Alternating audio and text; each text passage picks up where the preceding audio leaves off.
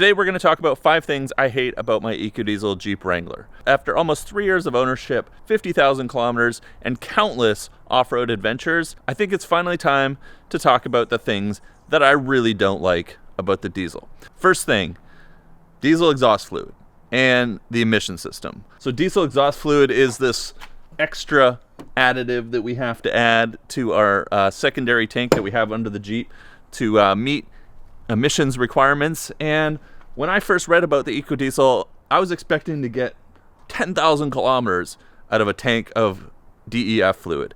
And that's 2 of the big jugs that are like $30 to $35 each. In reality, I'm probably getting close to 5, maybe 6,000 kilometers, depending on if I'm off-road or highway driving. The range on the diesel exhaust fluid is way less than I was expecting, which means any of these long trips that I go on, I'm having to fill up DEF somewhere along the way, or I have to bring a jug with me. So I'm usually paying a premium because I have to buy it at a fuel station, and it's costing me quite a bit more than I was expecting in having to run that. Now the other part of the DEF and the emission system, we've got this DEF tank hanging down here in the back. Now when I was in Moab, I had the metal cloak undercloak skid plate on here, and it took an absolute beating. And so anytime I'm going to do some serious off-roading, rock crawling, I want to make sure that thing is protected because it hangs down quite low in the rear of the Jeep. Now the other thing is, with the diesel, we've got all this emission system. Now, I've talked about this before, and we can't see it very well because I've got it completely skid plated under here. But this has all of the emissions requirements to make the diesel, whatever, EPA compliant. And I've already had this replaced once. Now, I got it replaced under warranty, which is great because my Jeep is only a couple years old. Well, almost 3 years old now. But if you are buying one of these out of warranty, to replace that, it was over $5,000 Canadian. So that's something that you really have to consider if you're going to be buying one of these going forward in the used market.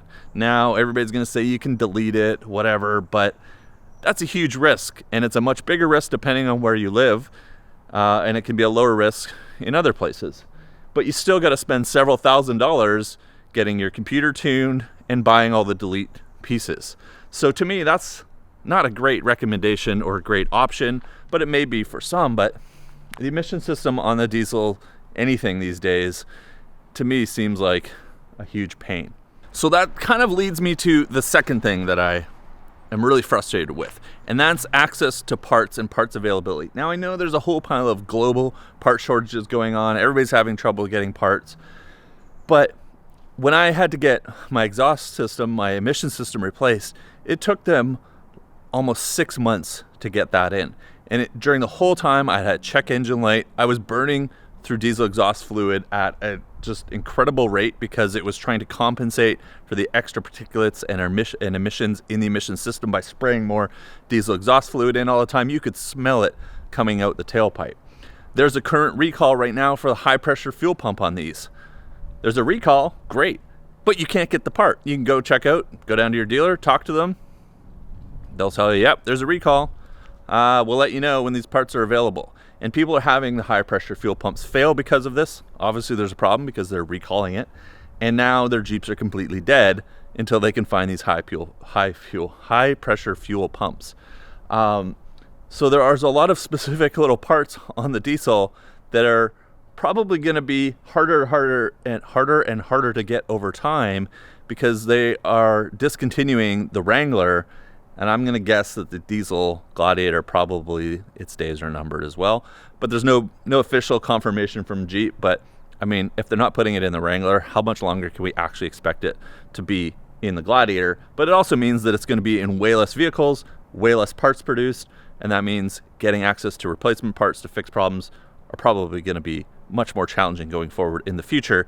And think 3 or 4 years down the road, if these have been discontinued for a few years, you've still got to run your diesel emission system, and that all dies. What are you going to do? Where are you going to get that stuff? So some long-term thinking if you guys are considering getting a diesel, think about that. Replacement parts, and they're discontinuing a bunch of them. The next one, the big one, we made several videos about this, the derating. And if you don't know what the derating is, that's basically when the Jeep decides it can't handle it and it cuts its power down. Or sometimes I've even had it go right into limp mode and I've got to pull over on the side of the highway, turn the vehicle off, and start it back up again in order to be able to drive it at highway speeds. I've had this derating problem happen to me several times. Maybe if you're going to keep it stock, you might never see this issue, but I've had the issue towing a very light trailer, like 2,000 pounds, going through a mountain pass at the speed limit, and it wasn't that hot out, mid-20s Celsius, and it completely derated. We had to pull over, stop the vehicle on the side of the freeway, and start it up again. I've had it happen without towing. I've been going through mountain passes when it's a little warmer, and not just my Jeep, but the other diesel that was with us from Epic Adventure Outfitters, almost at the exact same time, completely derated. Our speed on the highway was limited to about 65 kilometers an hour, and until our Jeeps cooled down, and they didn't even seem to be getting hot. There was no apparent gauge that seemed like it was overheating or getting too hot. It just got to a certain temperature, completely derated, lost all its power, lost its top speed, and here we are. People are flying by us at 120 kilometers an hour, and we're stuck doing 70. I mean, that's, to me, almost a safety concern. And then the other thing is, when your buddies that are with you that have gas engines are just blowing on right by you while you're doing 70 kilometers on the highway, it's pretty embarrassing. And, it's a better look at, well, which platform is better to be modifying. I mean, the diesel has lots of power, lots of torque, and I'll get to the fuel economy and my problems or issues with the fuel economy here in a second. But if we're gonna have problems by running the same mods everybody else is with the other engine platforms that Jeep offers, I don't know. Let me know what you guys think. So we've got two more things that I wanna talk about. The last one is probably the biggest thing that I've noticed, and it's taken me a while to notice. I'll get to that in a second. But I wanted to talk about fuel economy. So I get a lot of questions. How much is your fuel economy? How good of a fuel economy are you getting? And I kind of feel like that is almost becoming irrelevant. And range is the more important question, because range is what dictates if I have to bring extra fuel with me or not on the trips. Now, when I first got the Jeep, I was like all about fuel economy. It's great, and it's actually pretty good. I'm getting anywhere between 10.5 to 12.5 liters per 100 kilometers, which I think translates somewhere in the 17 to 21 miles per gallon. I'm sure somebody will throw it down in the comments, but I'm in Canada. It doesn't show me MPGs. It just shows me liters per 100K. So the fuel economy, even with 37s, even when I have the rack on with the rooftop 10, I only see a little bit of variation in the fuel economy. The power, the torque of the diesel is plentiful. It's lots. It gets up and goes. When you got to pass on the highway, it's really great.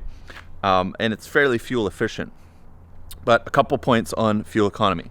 One, the price of diesel right now is absolutely bonkers. I just filled up. I paid 45 cents a liter more, which, to put that in context, I paid $2.35 a liter, and premium was $1.65 a liter. And that's 91 octane, not even 87 octane. So if you're running the 3.6 liter, you can run even cheaper fuel. So I'm paying anywhere between 25 to 40% more per liter for fuel in this, which completely negates all of the savings I have. But then the more important part, because if we throw costs aside, we've committed to spending a bunch of money to go on adventures.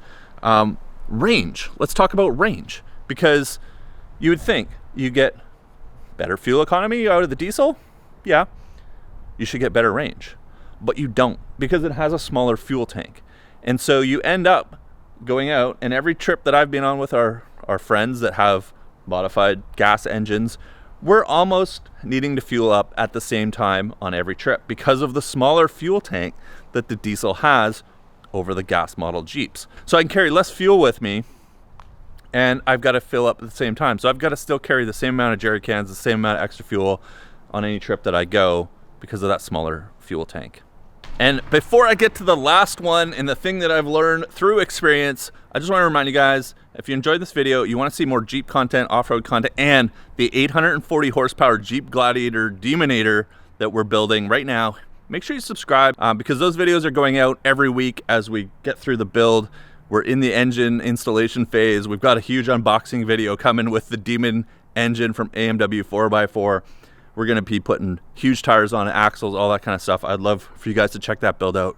Smash the subscribe button. And I'm gonna tell you about the last thing that I've learned about my Jeep Ecodiesel that I really don't like. So this last one I really have learned through experience, and it became most apparent when I was in Moab and we were going over a lot of rock obstacles, a lot of opportunities where I have to bump the Jeep to get the tires and up and over a ledge.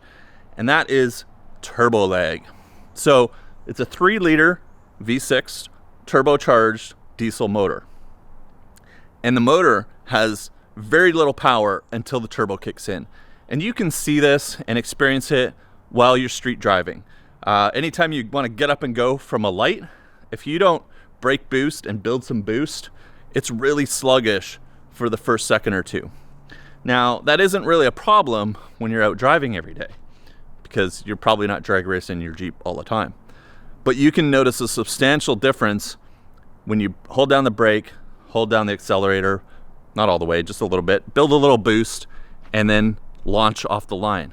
Now, where this really makes a difference is when you got to be bumping up obstacles or bumping over logs on trails, and you need that power right away. Pretty much anytime I have to do any technical driving with the Ecodiesel, I'm 2-foot driving now. So I've always got 1 foot on the brake and 1 foot on the accelerator, because I need to be able to get power when I want it, and I need to be able to hold the Jeep until I have it. So pretty much anytime I want to bump it, when I'm in Moab or on any rocks, I'm holding down the brake, building a bit of boost, and then letting it go. Now, I don't have a lot of experience driving the 3.6 liters off-roading, but I do have a lot of experience driving my 3.8 liter JK that's in the garage. And I don't have to do that nearly to the same degree that I have to do with the diesel. The diesel doesn't have enough power, and it doesn't have enough response when I need to just move forward over an obstacle, get my back up, or get the front end up, or get the back up over an obstacle and complete it. When I just let off the brake and hit the accelerator, it lags, and sometimes it'll roll back a little bit. I'll lose maybe the position that I was holding on the rock. Maybe some of you guys off-road with 2 feet, maybe some of you guys don't. It's not something that I did a lot with my JK until I got this JL with the Ecodiesel. So now pretty much anytime I'm going over hard obstacles and I need immediate power, I build a little boost, I hold down the brake, and then I let go. So it's not the end of the world. It's just some technical driving that you have to learn and get used to. But the point is, turbo lag is a problem with these. I'm gonna get back to my coffee, and don't miss the 840 horsepower supercharged V8 Demon engine that's going into my new Jeep Gladiator. Hit subscribe, leave a like. I'll see you guys in the next video.